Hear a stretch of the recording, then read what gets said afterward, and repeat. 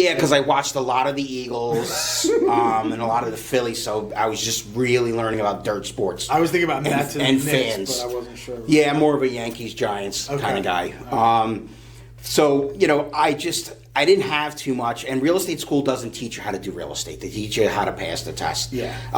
Ironically, I started doing some advertising on Facebook, not paid advertising, just generic posting in different groups and stuff like that. I got a phone call within like 2 weeks of getting my license, and I'll never forget this lady, Cintu is her name. She, and I thank her because she set it all off for me. But I went up to her condo and we did the walkthrough, and I said all the right things and everything else, and we're getting ready to sign the listing agreement. As she has it in her hand, she says to me, "So how many houses have you sold?" And I said, "None."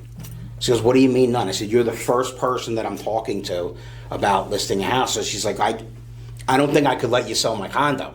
I really need somebody that's experienced and that knows what they're doing. And I said to her, "Look, I get it. I understand where you're coming from." I said, "But here's the thing. One, you called me. I didn't call you. So obviously whatever I'm doing worked for you to find me." I said, "The second thing is I'm hungry.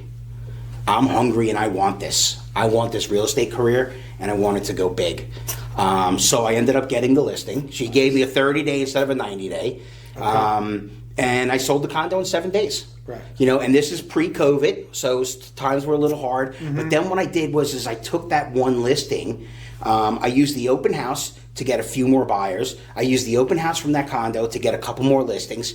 And it just really started to snowball. And I made sure that I kept everybody that was within earshot abreast of what I was doing in real estate. I posted it everywhere. I'd write it on a bathroom wall, "Mike sold 3 houses today," because I was just that hungry to get into this business, and that's what I had to do, is just drive and drive and drive. And we talked a little bit about your kids. Mm-hmm. We both, funny enough, have awesome outfits and great taste, and we both have 7 kids.